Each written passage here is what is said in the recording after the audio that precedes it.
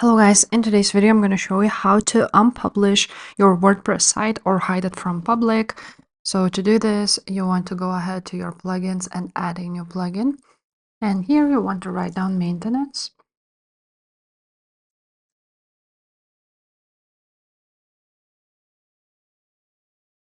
And after that, you will see this plugin which you want to install.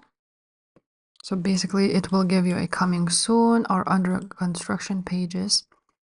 And let's activate it. Now it will open up these settings where you want to go ahead and write down the page title headline. So we can leave it site is undergoing maintenance. Maintenance mode is on, and its site will be available soon.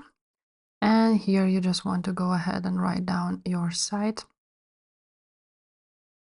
Let's write down our site, something like so. And after that, you can also choose some other things, but I'm just gonna save the changes.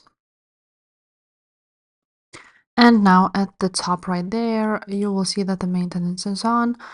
You can turn it off when you want. And yeah, if this video was helpful, please leave a like, subscribe to this channel, and I will see you next time. Bye.